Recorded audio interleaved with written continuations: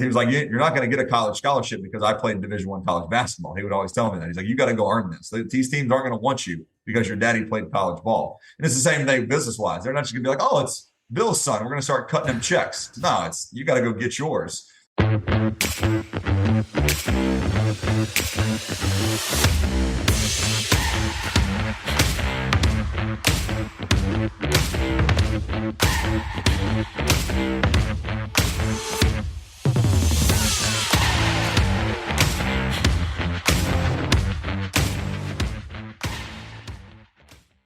Blake, something I've got a question for you.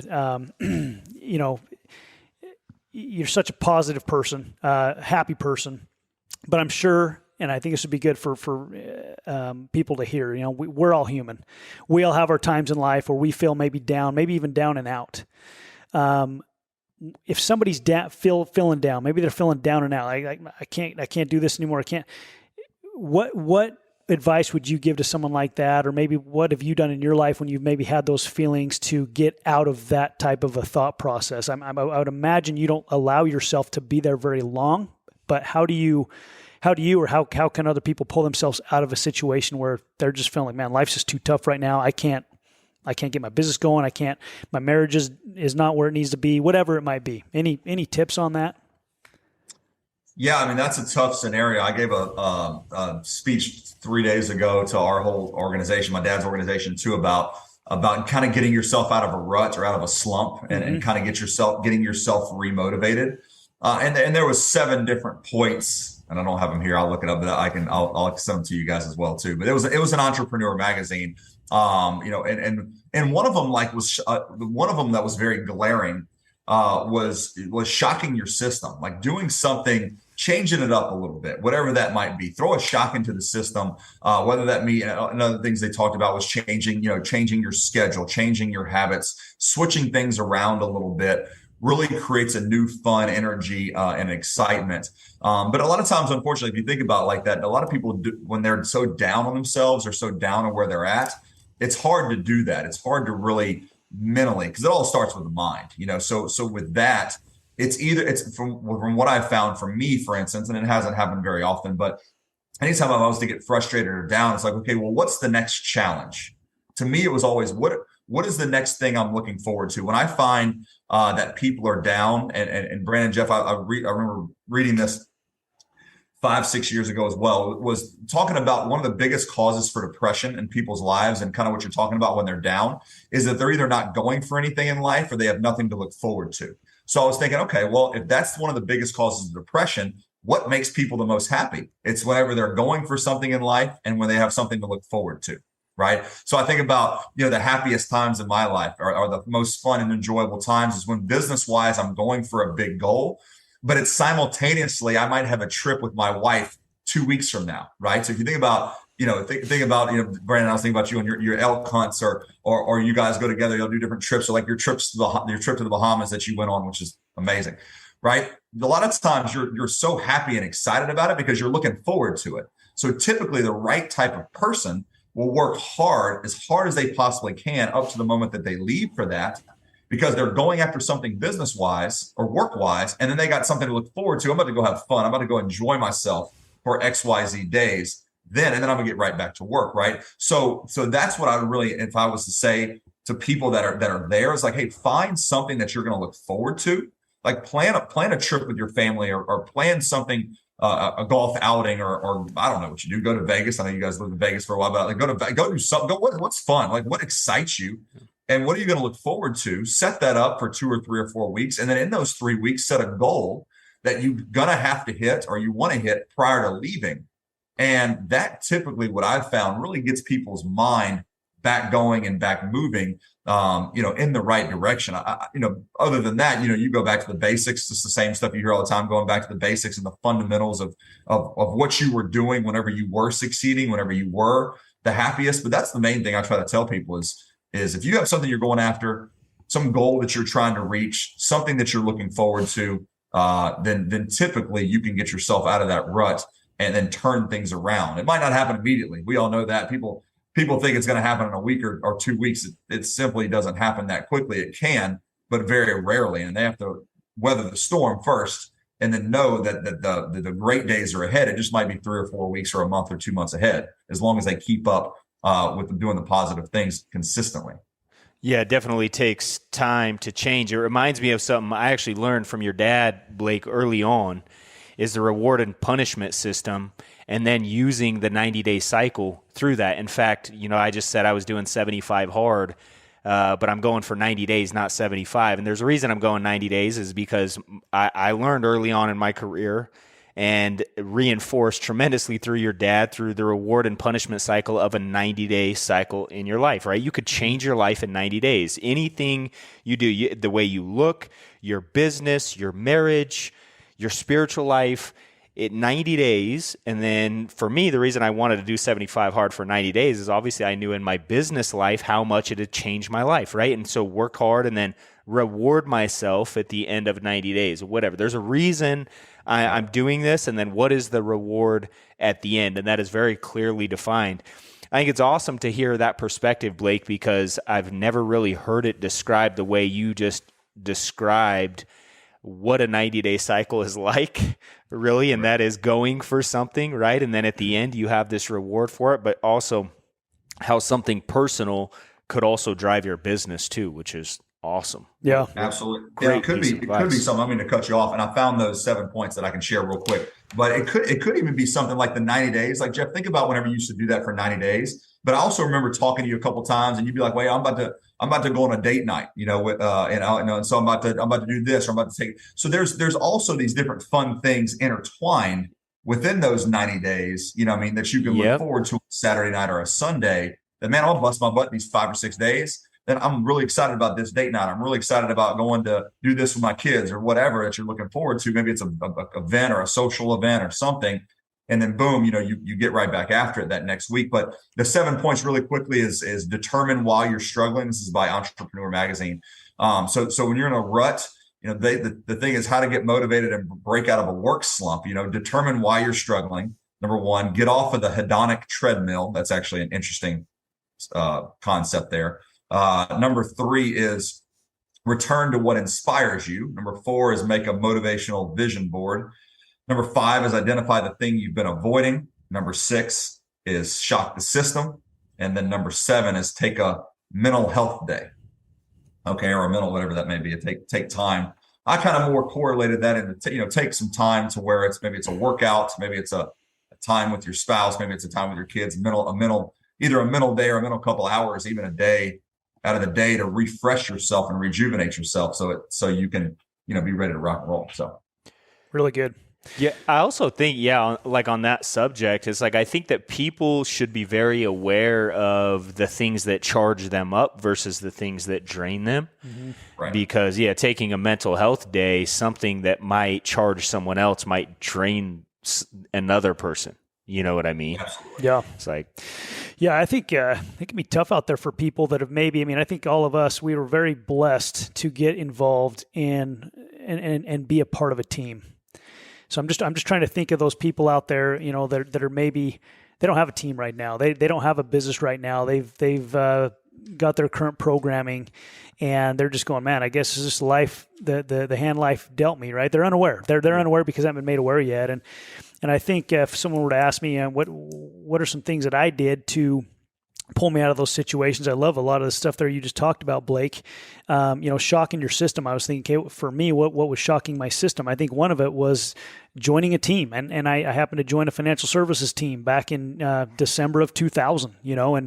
And it was uncomfortable for me. It was something that was new. It was making phone calls to people and talking to my friends and family about stuff that I was just learning about. So I wasn't very good at it yet. And anytime you're not good at something, it's intimidating, and you got to be willing to be bad to be good. You got to swallow your ego, right? So I had to go through all that, but I think that external team, it was an external thing that kind of, like you were saying, Blake, I mean, when you were talking about competition earlier, that would inspire you from the external side of things, but then internally, you might have a little, you might start envisioning yourself being one of those people that are winning, right? Right. And I think that, the key is if internally we can become self-motivated, then we don't need the external stuff to get us there. However, I think it's important to have external things to look forward to for the short term, like you're talking about, Blake, while we're learning how to master that internal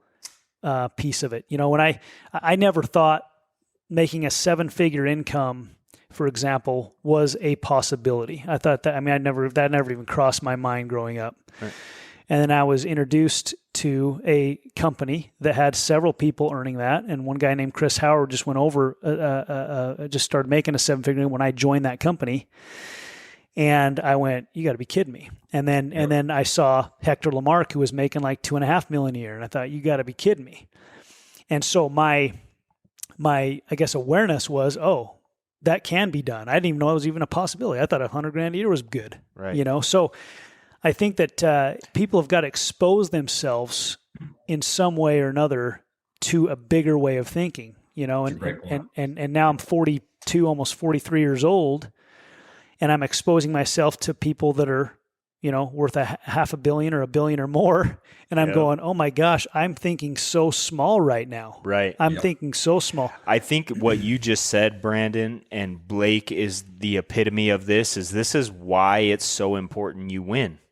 Right? Because it's not just about us, right? Like you came into an environment and you were exposed to winners, and because those people made a decision to win, because they made the sacrifices, whatever they had to do to succeed, it made your dream even possible, right? Same thing. Right. I know Blake, like same thing with me. Like I don't know that the life that I have today would have even been possible in my mind had somebody not come before me and prove to me that it was even like a dream worth going for, right? And so I think sometimes we get caught up in these states of like, is us chasing success in all areas of our life, is it just a thing that is self-gratifying and self-motivating, or does it really make a positive impact, right? And you think about Blake's example where his dad, his dad didn't grow up from a successful parents, right? They were poor, right? And then he made a decision to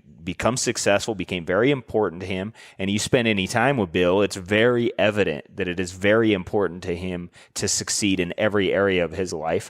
But then you listen to Blake and it comes across dramatically different. But to me, Blake, it's the same exact message. It really is. And then I can only imagine what's going to happen with your children because of how much better I watch you communicate the message than your father. And then imagine what's going to happen with your children communicating that message and then living this, and how much of an impact does that have on people's lives simply because you made it a priority to become successful. Yeah. So I guess the question is why is it that most people have a hard time with succeeding or just going for it? I think a lot of times they're so worried about what other people think rather than what kind of impact am I going to have on society, or what kind of impact am I going to have on other people's lives around me, including my family, my friends, or people that we don't even know that joined a business and we might change their life because we went for it. Yeah. No, so many great points. Yeah, so many great points. I think that's the unknown. I don't mean, Brandon, I'm sorry if you're about to say something. No, you go for it. I think, and Brandon said it perfectly. Brandon was exposed, to Chris and Hector. Then Jeff, you were exposed to Brandon, Chris, and Hector. I was exposed to you, Chris, my dad, Jeff, Chris.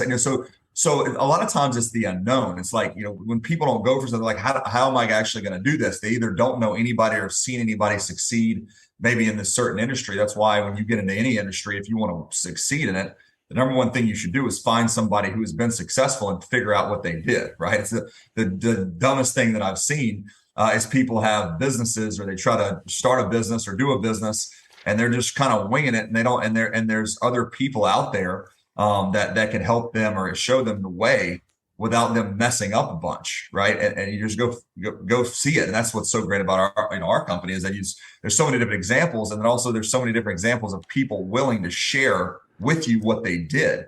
So that unknown, you get exposed to people, but so you're like, okay, I see that. And then you have the vision of people did it. Okay, well then you got to figure out, first thing is, how did they do it? And then number two, my dad always says, are you willing to pay that price? Because it's very fun. It's very like, I remember talking to Jeff at the beginning of our business. What are you doing? How do you have this so much success fast? I remember seeing Brandon at that event, and I was like, God, he's such a great speaker. He's such a young, successful guy. What is he doing, right? Or what did you do? And how successful? What is your life like? And then he paints this picture, and I'm like, okay.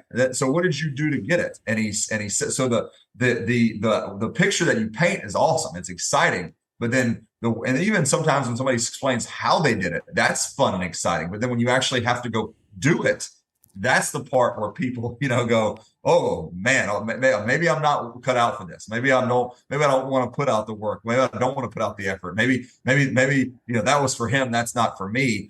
And they're just really not willing to put out the work. And typically they're not willing to put out the work in something. It's usually, they might not be willing to put out the work in everything. That's not always the case, but usually, especially if you get into something that you really want to succeed at, it just comes down to finding somebody who's done it, being exposed to it, and then be willing to follow and be coachable and go in that direction as well, in my opinion. Yeah, I think there's, so that's exactly pretty much what I was going to say. So we're right in alignment here, Blake. I think there's an exercise that people could do every single day to help them take the action necessary to hit whatever it is they want to hit. But first, like you were saying, they first of all have got to see what it even looks like. I mean, it's got to be shown to you, right? You have to have you said vision, a clear vision. Without a vision, people perish. We hear that all the time. And it's so true. And when you have a very clear vision, just to give you an example, a couple things in my life, is when I was building my business in the early days and I was seeing all these people that were successful, and I'd go to these events, right, where there would be hundreds and even thousands of people at events. And I would see that. And what I would do is I would put myself in the place of the leader that put on that event. And so I would look at that leader and I would think to myself, man, what would it feel like to be that leader? And I'd pay attention to not just what they said, but how they were, not just who they were, but how they were.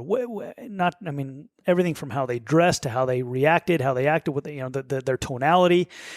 And then what I would do is that became, I was so obsessed with it that I seriously, if you would have sat down with me on a sales presentation, you would have thought I was Hector Lamarck if Hector Lamarck was sitting right next to you. I copied him exactly. And then, stuff like from your dad, Blake, I'd get stuff from your dad and I'd use his stuff in training. And I just mimicked that stuff because, and I just made it me. I made it me because that's such a clear vision. So every morning, not just every morning, it was all throughout the day, I would envision that stuff so clearly that it would motivate me it got to the point where it was no longer intimidating to go up and approach somebody and start a conversation or make a phone call. In the beginning it was, but as I got more clear internally in my heart on this stuff and the vision of what I was going to do, it became automatic and I was self-motivated. It wouldn't have mattered if everybody in the world would have quit around me. I would have continued to build it, right? And I think so that I think just every morning, if people could get up and get themselves in that frame of mind, which first you got to expose yourself to it though. I think you have to get to a place where you can clearly see it first so you can start internalizing it and then think about as if you were now in that position every morning and get the feeling behind it. Because we've talked about this in previous podcasts, right? You get that vibration working in the right way and you attract it all into your life. So I don't know. I just it's almost like people, if you want to achieve success in anything, whether it's your marriage and overall success, right? You've got to stop negotiating the price, especially when it's uncomfortable. I've never understood why people are like, it's like, the price up front. We tell you, here's the life you can live, right? And whatever it is, the dream life that you have, here's the price that you have to pay. And most people know that, and then they start attempting it, and then they start negotiating the price. And I think if people would stop wallowing in the pain of change and get excited about the possibilities of their future, right? And it's easier said than done because, when you're doing something that's uncomfortable or you feel like it's never going to happen, it's a lot easier to say, hey, stop wallowing in the pain of change, right? But everything we do in life where we change, it's going to be uncomfortable. It's change, right? It hurts. It's not, I believe God shows us in one thing how something is in the unseen by the seen, right? Like working out. If you work out and you do it right, you're supposed to hurt. It's painful afterwards. Mm-hmm. So should you not work out the next day because it hurts? Is that God telling you don't do it because it hurts? No, that's not God telling you don't do it because it hurts. It's saying you're weak. It's time to get stronger. This is what it feels like to get stronger. Yes, it hurts. And I think even like sometimes as we're going through 75 hard, Kelsey will ask, hey, are you sore? Like, I don't even know what sore feels like anymore. I've been so sore for so long. Am I sore, or is this just the way I feel now? That's right? when it counts. Yeah, and I think that's success too, right? Once you get into that rhythm of like, it's just growth. That's all it is. And so often people don't realize that this uncomfortable feeling, this feeling inside of our gut, or maybe we're unsure of ourselves, or maybe we're in that environment, or maybe someone quit, or we're doubting ourselves. And when we're in that feeling, that's when we're changing. That's when we're growing. And if we continue to do the same things we've done in the past, which, I think for most of us that didn't have successful lives, previously, it's like we make these decisions and then we make them based on the way we reacted in the past, which is, oh, it got uncomfortable, quit. Oh, it got uncomfortable, do something else. Oh, it got uncomfortable, respond in a negative way. Rather than saying, oh, good, it's uncomfortable, I'm changing. Let's do more of the things that were uncomfortable. Let's do more of the things that made me sore at the gym. Let's do more of the things that, made, like building relationship with like Blake, your dad, for example. I remember I think it was you, Blake, one time. I always looked up to your dad. I would emulate everything. I would listen to his audios, and I would, I was just enamored, right? Because I wanted to have the success, but I also could relate to him in a lot of ways. Yeah, man. I think a lot of times too, when you were just talking about negotiating the price, and why people tend to do that. And again, I think it just stems back to maybe they're not clear enough on their goal or what they're even wanting. First of all, they don't even know where to even begin. A lot of people, right? Yeah. Their belief is they don't have any beliefs in themselves because of they haven't been around other people that have maybe accomplished it or done it. So I think that I'm trying to think about when I throughout my life have I negotiated the price, and there definitely have been times when I've done that, and I'm just analyzing in my mind why did I do that? Yeah. And I just think it's because I wasn't clear enough on where I was going, because the other times where, let's take the Ironman, for example, I remember thinking about crossing the finish line on that and how great it was going to feel that I accomplished something. And I never because I would continue to think about that, I never negotiated the price of training and diet and all the time it's spend to do that. I wanted to accomplish that goal. So the pain, I guess the pain doesn't hurt as bad when you know that you're on your way to a goal and you believe that you're going to achieve it. Yeah, and it almost gets to a point where you're comfortable being uncomfortable. I in fact, sometimes I was just looking at my watch today just to see if it would say it, but my watch all the time will say suggestion rest today. And that's when I'm like, I'm for sure going today. Yeah, that's awesome. Blake, let me add. This is a good question. So, as growing up, obviously knowing your father and who he is, were there expectations in your household that you felt like he set that were very clear? Like, all right, I set these expectations. I expect you to do X, Y, and Z.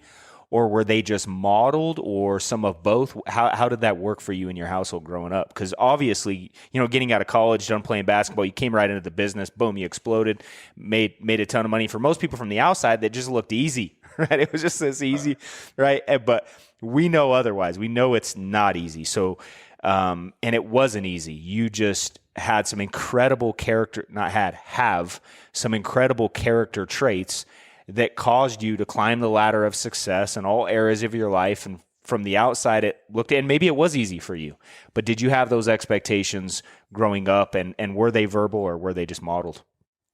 Yeah, they were definitely both. Definitely both there. So I think the first thing being is that he always, from the beginning, a lot of it was more of respect and humility from the beginning. I think that was something that he drove in, is, respecting others. You don't give people respect unless they show you that they're respectable. I remember he always would tell me that, you don't just respect, but you want to respect people, and make sure that you're always, like I said before, he wanted to make sure that I always was working and putting out effort, and no matter what it is. He said, if you're focused at school, put out that work, put out the effort, put out the time. And that one huge thing that translated that was verbal, very, very verbal, was that nothing was going to be given to me. Even though, we had a significant amount of money, even though we had a phenomenal lifestyle, that nothing was going to be given. Everything was going to be earned. And that helped me tremendously growing in this business. Because even to this day, I still haven't had one thing given to me, which I'm glad for that, into this business, earning the highest promotion about a month or two ago in the company. Still congratulations, to this day, dude. SNSD, man. Yeah, big deal. Right. Appreciate y'all. But, even that, it's like, people ask me, did your dad help there? What was going on? Because I was the first. We're now the first father-son duo ever in the history of the company to have that title at the same time, our first father-child. And I was like, no, man, I haven't been given anything, not one sale, not one associate, nothing. And actually, we're in direct competition. I mean, my dad's still building a big team, big base shop right now. I mean, he's recruiting people that are in the same area that I'm in. So it's a competition still, even to this day, which is crazy. But that was big for me. It was nothing's ever going to be given to you. Hey, and you know what, Blake? Because he didn't give you anything, he gave you everything. For sure. Right? And that's so powerful, because can you imagine, it might feel good for a minute to be given something, but when you didn't go out and earn it, there's something that you build, the character you build, the kind of man you become and you are, is because he didn't give. Now, what he did give you obviously is a great example, right? And he gave you some great, but I think that's a huge gift. I'm always doing this with my kids too, going, I don't know if I want to give them anything. I want to tee them up maybe, right? It reminds me of that movie, The Ultimate Gift. If you guys have ever seen the movie, The Ultimate Gift. No. Oh, you guys got to watch it. It's a phenomenal movie. But basically, it's this grandson of a multi-billionaire. And he basically tells him, I'm going to give you this gift, and it's the gift of work. And he teaches him all these gifts, and he didn't know the ultimate gift at the end was his wealth, of assuming that he could get through all of these gifts, which were, a lot of the stuff we're talking about here. But ultimately, a lot of the times the greatest gift we can get is just the gift of nothing. So that we have to go get it, right? That is a gift, Awesome. Okay, Blake, Such a great point. We got to go back to your goals, because I think we missed that before. I think we got caught up on other stuff. I wanted to hear what some of your goals, upcoming goals are in your life. Did we talk about it? Yeah, I want to hit such a great point there. I just want you all to say, because that point with my dad, thinking about kids, because a lot of people on here that are listening that have kids, and you're clearly successful if you're listening to this, or you're going to be, or so that was something that was always driven in, is that nothing's going to be given. I remember being 16 years old. He did give me my first car. It was a gift for my birthday, but I wasn't working hard. I didn't follow the plan of the work ethic in basketball that we had determined. So he took my car away for 2 weeks, right? That wasn't fun. So it was like, hey, you didn't earn it, right? You got to earn, you got to go. So he almost, like from the beginning, 14, 15 years old, he created that work ethic in me, that consistency. Not that I was going to have necessarily a job at that young, but I remember my dad saying, hey, if you're going to put out the work and effort in basketball, if your goal is to go have a Division I college scholarship and be an All-State or All-American in high school, this is what it's going to take. Are you willing to go work this way? And I said, yes. And he said, okay, if you're willing to do that, I will pay for your car. I will pay for all this stuff. You don't have to go get a job in high school. You can just focus on your sports and focus on school. But the moment you stop doing that, then you're going to have to go get a job. I'm going to take all this stuff is no longer yours. So he kind of almost that whole concept. And the same thing in college. He said, if you come home during the summer, here's your work. I almost treated it like it was a job. You know what I mean? It was a 9 to 5, playing basketball, working out, exercising, strength and agility. But he says, if you ever don't do that, it's no problem. It's just now that now you're going to go get a job. So so he always would train me on earning everything, and he was like, you're not going to get a college scholarship because I played Division I college basketball. He would always tell me that. He's like, you got to go earn this. These teams aren't going to want you because your daddy played college ball. And it's the same thing business wise. They're not just going to be like, oh, it's Bill's son, we're going to start cutting him checks. No, you got to go get yours. And I love that. And so, Brandon, that was Jeff too, said such great points, because that was probably the biggest gift he could have ever given me, other than the example and the environment that he provided, was that, knowing that nothing was going to be given, because I do see that. I have a lot of friends that I grew up with their parents were wealthy, and they just gave their kids stuff, and their kids never turned out to be anything successful, or they ran their parents' business into the ground, or they just really didn't do anything much because it just was given, versus teaching those principles of raising a child the right way. Yeah, encourage. I mean, do different things. Give them stuff, obviously, but don't give them all of this stuff and give them whatever, so they don't have to actually go out there and work. Yeah, it's like almost like reward them. Yeah, you want to be able to give them things without stealing their desire, right? Yes. And I think obviously your father did a phenomenal job of that, of giving you and your sister a dream life without taking your desire in the process, which is awesome. Absolutely. Yeah. So the goals, now that I earned the SNSD deal, our goal is to get, the Ruby ring, to hit that goal here soon. It's probably going to happen in the next 12 months, but there's a lot of other things. A lot of other things are in line right now. By the way, the Ruby ring is a $1 million a year income is what that is. Yes. So yeah, $1 million a year. Yes. Big deal. So that's right around the corner, and looking actually currently. It's funny. I was going to call you guys this week about this because I'm actually buying another business here within the company and growing that. So that could be a good thing. And me and my dad have talked a lot, recently about, getting together and growing the whole organization, together. And so there's a lot of different things but it's the number one goal is right there. And so I have different avenues of different businesses that growing those as well too. And it's just, it's bettering that every day, growing that, certain goals to get to the next level. Obviously there's certain, net worth goals. There's certain money that I want to have saved. I remember listening to Brant, both of you guys talk about that from the beginning. So I've always had certain, year by year or every 5-year goals of cash saved that I wanted to hit. And we pretty much hit every one of them. And so just doing that and then continuing to grow all the businesses that we're running and make it bigger and better. We're at 500 licensed agents right now in my organization, 525 right now, trying to get that to 750, and then 1,000 is the biggest goal. So it's getting those up there as well too. We have a lot of licensed agents throughout the country all over, and so that's been good since Zoom and since COVID. It's really taken a life of its own for sure. So it's been great. Awesome. How about your kids and their future and their careers? Do you see them joining you in business? I mean, what do you see happening? I mean, what is your goal desire? Because I know that your dad, I mean, an assumption is that, he probably just thought, oh, Blake's going to go play basketball, and knew you'd probably go into the world for a minute and then end up in business with him anyway. I'm sure that was his assumption. I don't know how it exactly happened. How did that happen? And then what do you think is going to happen with your kids? Yeah, that happened kind of just naturally. I always saw his example as his environment, the environment that he set, the lifestyle that we had, how his relationship with my mom, how many people he was able to impact, from a charity standpoint, financially and stuff. So that was definitely something I wanted to be a part of, and kind of how I mentioned earlier, being able to come into business with him and contribute to what he had, given me, and to be able to kind of give back to what he's given me all these years. So yeah, right after college, I got offered to go play basketball overseas in Australia, actually, which would have been pretty fun. But I wanted to get engaged, and that would have been a tough scenario there, being able to living in Australia, being engaged, playing basketball. So and then I had just a couple scenarios where I was like, you know what, I'm fine with being done with basketball. I want to go into business now. It was a perfect timing, and I just told him I'm ready to go, ready to propose to Lindsay. And I'm ready to get in business. And we just so you told him that you were ready to go into business with him. He didn't ever ask whether or not you were going to come into business with him.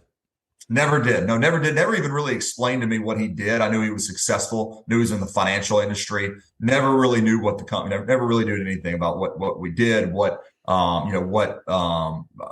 what it would take. What the intangibles were. I didn't know any of it. And so that was probably another blessing that I didn't know, that I didn't join when I was 18 years old or 19 years old. And it was just new. It was fresh. It was just kind of a new start, kind of like we talked about earlier. And it was just something I was just so enamored with, and something I wanted to dive into. And then from a competitive standpoint, something that I just loved. And then when I got in, I loved it even more because I met, guys like y'all, met you two. I met, a lot of other people, in the company that were younger and succeeding, and just great dudes. And I was like, man, this is awesome that I can get into a company like this and then be around phenomenal people who have phenomenal marriages that are making a lot of money, and develop these relationships. Almost the same thing as my buddies that I played college ball with or high school ball with. It's like, it's awesome. And so that was big for me. And then, yeah, I don't know about with Bentley or Lexi. It's kind of tough to think about it. Some of the times I was like, man, it'd be, It'd be fun. I mean, maybe he plays college sports, maybe he plays professionally, maybe not. But I would love to be in business with him, whether that's in a different business that he wants to get into for whatever reason, or I would love him to get in business with me and into our company, right? So, just really, it's kind of, I just really what, it's funny to think about that. You start getting emotional thinking about your son or your daughter, but it's really what they want. You just want the best for them. And I think whatever they do, they're going to be incredible at whatever it is. And I'm just going to kind of be in the background cheerleading and help them do whatever they want, Yeah, I mean, I think we knew the answer to that question. I just wanted to hear it from you because I think a lot of times us as parents, we have this desire to feel like we want to control the outcome to make sure our kids have good lives. And then listening to your story about, your dad and then just seeing your response, the reason I asked that question is I knew it would be similar to the way your dad raised you, obviously because of your experience. But how cool is it that you have built a life that is so good, even in comparison to the way you grew up, and thinking that, man, my children are going to grow up with an even greater life and have all of these incredible things that we've been taught and you've modeled, and the environment they get to be raised in, and really the world is at their fingertips because you great men decided to go provide an incredible lifestyle for your families and do hard things, right? I mean, let's face it, none of this stuff is easy. It's fun. We have a good time doing it. We build incredible relationships. We could do it forever, but it's not easy, right? They're hard things to do, but the rewards create so much joy. It's almost like, man, I do it 1,000,000 times over, 1,000,000 times over. No, absolutely. You see there in those different moments. And sometimes it's tough. Like sometimes you're, in the moment. It might be you're in the moment at a sporting event. And those are sometimes work too. Then he's playing for this high level team and at this World Series, or he's for traveling, playing basketball, and even there. But then and then you look back and there's moments there where you're either, sitting on the bench with them, or you're sitting in the stands, or you're after the game and you think, man, this is really cool. Like this is really what we've been putting out this work and effort for. And you're at a game or a sporting event with them, and you've got your arm around them and or her, and you're thinking, man, this is why we worked this hard. This is where a lot of the negative times, the down times, it was worth every moment. Oh, and like you said, 1,000,000 times over to be able to have this life with Lindsay, and to be able to have this life with these two incredible kids that I have. It's you're definitely 100%. Looking back, I would have worked even harder those first 5 years without kids and done even more to create even more than what I have right now. If I would have looked back and could have changed it. Yeah, the price we pay definitely pays a disproportionate reward. And Yes. if you're fortunate enough and willing to pay that price to get to the place where you get that reward, I think that's the greatest place in the world. I always say that, you always hear these people say, enjoy the journey is greater than the destination, or whatever they say. And I'm like, only people who have been to the destination say that crap, is enjoy Right. the journey, because then you have the ability to look back and go, oh, it was that thing that I did, or it was that decision I made, or whatever that led to this great life, So of course I should have enjoyed the journey, right? Right. So, but awesome. So Blake, anything that we haven't covered today, man, that you think you would like people to hear? I've got a question. Unless you've got something Go ahead. I'm curious your mindset and thought process on the crazy world we live in today. There's obviously politics are crazy. There's quite a bit of division out there in the world.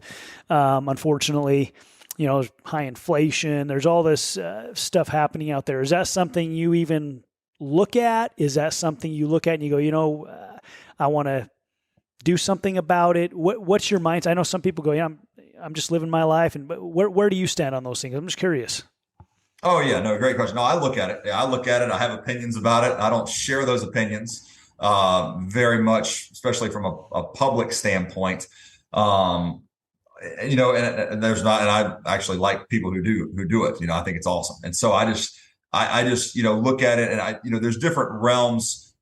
Being down here in Louisiana too, it's a little different. You have different, just everywhere it does, but there's different people. Bentley's playing sports with people that are Republicans and Democrats, right? I've recruited people that are clearly Republicans and people that are working for me or with me, excuse me, that are Republicans, Democrats. So they believe one thing and they don't believe the next. And so what my dad has always taught me is that you have a stance, you have an opinion, you be very strong with that, but don't create any divisiveness with especially your inner circle, especially the people that you're around, your clients, your team, your family, right? And so so yes, I definitely see what's going on. I definitely I'm definitely not thrilled with where the world, the economy, what's going on right now. But at the same time, there is only so much you can and can't do. And so to kind of answer your question without being tremendously vague, is that I try to be that way. I try to be as positive as I can, and I clearly don't share the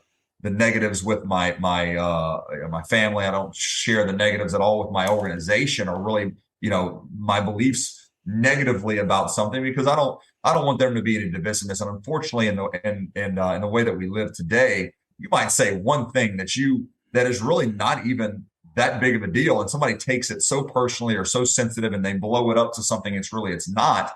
And I just never wanted that to happen. I wanted everybody to be able to look at me and to be very and have admiration for the way that I operate, for the way that I run my business, and to always be very respectful, no matter what race, ethnicity, political party that they are. We might have the same opinions, clearly. We might have the same thoughts, but at the same point in time, I understand that I'm going to be doing life with a lot of those people, just due to my kids' sports, due to the work that we are in, due to the clients that I have. And I always want to put myself in a position. And if I have people that think differently or do opposite from me in my organization or my friends, I'm fine with that. I don't judge. It's not, if you do that, I'm totally fine with it. Okay. Yeah. And obviously I agree with half of what people say, and I probably disagree with half of what the other people say. Right. But at the same point in time, it doesn't affect me one way or another in my relationship. That if hypothetically, now I think Brandon and Jeff, we probably have a lot of the same beliefs and values and opinions on stuff, right? But let's say hypothetically we didn't, and then you posted that on social media, or you said it in a podcast or whatever. To me, the way I was raised, I'm not going to look at you any differently. That's your opinion. I'm not going to be friends with you anymore. I'm going to this and that, or you're this or that because you said this. No, that's just your opinion. It's fine. Everybody's entitled to that. But unfortunately, a lot of people are not like that these days. They take one or two things you say or type or post, and they go in the opposite direction. And so, I've always just learned that from my dad, because the business that we're in, you definitely are put on a pedestal, and there's a lot of people looking to you. A lot of people are looking to you positively, but they also could be looking to you to mess up. And when you mess up, they're the ones that are right on top of that. And I just didn't want that to ever happen. That's very good, Blake. I think people need to study people that are successful, and you're someone who's very successful, not just in business. We're talking about in life, and you're a genuinely happy person. I can tell you're enjoying life. Maybe a couple other just fun little questions. What's your favorite food? Oh man, I love steak. I also That's what I'm talking about. Love me some steak. I love sushi, and our go-to spot here, which is bad for my diet, although I've been on it good this summer. But there's a Mexican restaurant, and it is just incredible. Chips and queso, quesadillas, fajitas. Love it. What's your favorite dessert? I don't really eat dessert. It's a great thing. I haven't eaten dessert really, like where I indulge in dessert. I don't know why. I haven't done it since high school, really. I started creating those habits where I didn't want to be before those bullies in school told you were out. you were the fat kid, or what's up? Before, when I was a fat kid, it was like Crunch bars and ice cream. So yes, that was a long time ago. But not. Yeah, he's still eating ice cream over here, dude. Oh, I don't eat dessert either. Ice cream's my favorite, probably. Yeah. It doesn't look like it. Those arms you got over there, man. It looks like you're eating good. It's camera work. Mallory's really good at making me look good on the camera. So. I just want to end with saying two things. I think I'm so glad I ended this way, Brandon. I'm glad you asked that question, because I think the world is so divided right now. You said two things that I think are very important that are great to close this on, and that's focus on the things that you can control. Mm-hmm. So many people are worried about politics or all this kind of stuff, and they take this hard stance, and they can't really control anything, and it doesn't make anybody's life better because they're yelling and screaming about it. It's like focus on what you can control. If you can make it better, make it better. If not, shut up. I think another thing, you didn't say it this way, but I wrote it down this way, is an intentionally earned admiration, right? You're thinking about how you respond to a situation. You're thinking more about how it's going to impact other people's lives than how you feel about the situation. And I think that's important, right? How is our response about a situation going to impact other people's lives over how do we just feel about the situation, right? We can feel a certain way, but our response is what ultimately matters most, because that is what's going to have the impact. And I think the way we have an incredible life, or the way we have an incredible impact on some of these things we disagree with, is by living incredible lives and continue, having great habits and teaching people these things. And I think naturally the values that we have, we're going to attract people that have those similar values. And then as those people continue to have more success because of those values, I think they're going to attract more people as well. And it just continues to become a movement. So good. Let your light so shine, right? Exactly. That's the saying, Yeah, become a beacon of light, right? Just give something. And Blake, dude, you do such a good job of that. Honestly, man, you always have since the day I've known you. And I know it's been on recording so much. I've said it when you were here, said it when you weren't around. And just appreciate your example, dude. You are the man that we need more of in our country, in the world. And I think if we had more men that provided an example like you have been, we would have such an incredible country. We'd have an incredible world. It would just be amazing. So thank you for your example publicly, dude. I appreciate you. I'm honored to call you a friend. And I think anybody that gets the chance to work with you and wake up and do business with you every day is blessed, dude, because you're an incredible leader as well. Amen, Blake. I appreciate that. I appreciate that so much. Yeah, I was about to say that there at the end, just wrapping up. It's when you're able to surround yourself with great people. I think that's what life's all about. If you look at what y'all are doing here, the podcast is just fantastic. I know I've mentioned that several times. I've learned so much from the episodes that you've posted on already, and then just when you text me, it's an honor to be on. And it's funny. It's like you listen to podcasts all the time, and then when somebody asks you to be on one you listen to and you look up to so much, it's really a great honor. And so I appreciate that. But that's something too, that when you have and you surround yourself with great people, who do you emulate in life, and who do you surround yourself with?